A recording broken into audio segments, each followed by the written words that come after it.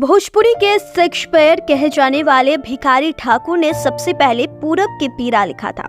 उनका गीत पियवा गईल कलकतवा काफी लोकप्रिय हुआ था। आज भी वह लोकप्रिय है। पश्चिम बंगाल की मिदनापुर के मेले में रामलीला देखने के बाद ही भिखारी ठाकुर के मन में गीत गवनाए का कॉन्सेप्ट आया था। उन्होंने पलायन की पीड़ा को अपना हथियार बनाया। भोजपुरी लोकगीतों में बंगाल की महिला व पूर्व से ही छाई रही। यह बात जरूर है कि उन्हें गायिका के रूप में नहीं, विलेन के रूप में ही ज्यादा प्रस्तुत किया गया है। इसके कई सामाजिक कारण भी है। बाद में उसके दौर में भोजपुरी गीत संगीत के लिए पद्मश्री और पद्म विभूषण पाने वाली शारदा सिन्हा ने इसे गाया था और ले ले अहा हो पिया तिकवा बंगाल से। भोजपुरी गीत संगीत में बंगाल कितनी चर्चा और खासकर बंगाली स्त्रियों को इतनी चर्चा क्यों? इसके पीछे के मर्म को समझने के लिए थोड़ा सा फ्लैशबैक में जाना होगा। बिहार के लोग पहले रोजी रोजगार की तलाश में सबसे ज्यादा बंगाल जाते थे। वहाँ जूट के मिल के उन्हें काम मिला करता था। वर्षों तक वहाँ कमाते थे, वही रच बस जाते थे। फिर यही कारण था कि भोजपुरी लोकगीतों में बंगाल की स्त्रियों को जादूगरनी के तौर पर वर्णित किया गया। बिहार का बंगाल से काफी लगाव रहा है। बिहारी लोगों को बंगाल में रोजगार मिला तो बंगाल के समृद्ध करने वाले सत्ते मजदूर बिहारी के स्कूल सिलेबस में एक पाठ शामिल किया गया था। इसका शीर्षक था पंचकार से पमकार। इस पाठ में बताया गया था कि बंगाल की स्त्रियां काफी सुंदर होती है, उनके लंबे बाल होते हैं, आंखें काफी आकर्षण होते हैं। बंगाल स्त्री प्रधान देश है। साहित्य संगीत में भी बंगाल की स्त्रियों की सुंदरता के नक्शे शीर्षक वर्णन की परिपाटी रही है।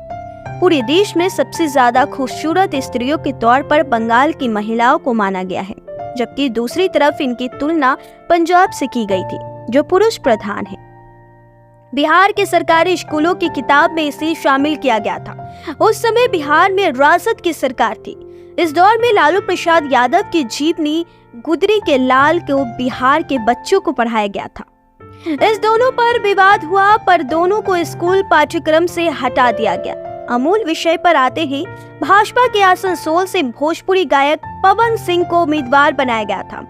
टिकट भी दे दिया गया था। पवन सिंह समेत भोजपुरी के तमाम गायकों ने बंगाल की स्त्रियों पर गाना गाया है। अब बंगाल के पॉलिटिक्स में यही गाना विवाद का कारण बना और पवन सिंह को अपना टिकट वापस करना पड़ा।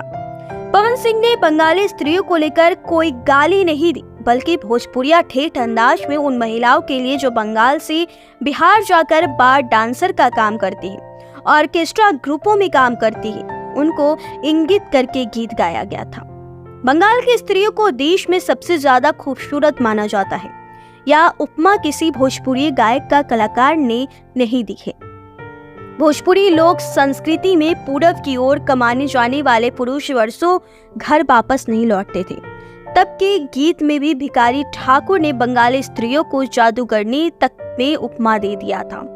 समय बदलता गया, कल बदला, थोड़ी सी विद्रूपता आई और वही पवन सिंह का विरोध करने वाले लोगों को इस बात की भी पड़ताल करनी पड़ी कि 50,000 से ज्यादा जो बंगाल की लड़कियां बिहार में आकर रोजी रोजगार कर रही हैं, उन पर क्यों नहीं रोक लगती।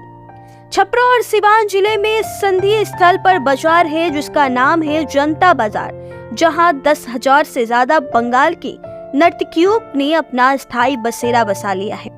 पुरुष प्रधान समाज में महिलाओं के नैन नक्श सुंदरता, उनकी अदाओं पर गीत लिखे और गाए जाते हैं, पर कीमत पवन सिंह जैसे कलाकारों को उठानी पड़ती है। रिंकिया के पापा और लहंगा रिमोट के उठाने वाले से लेकर शुक्रवार से सोमवार तक सटे रहने वाले से लेकर कोई सवाल नहीं पूछता।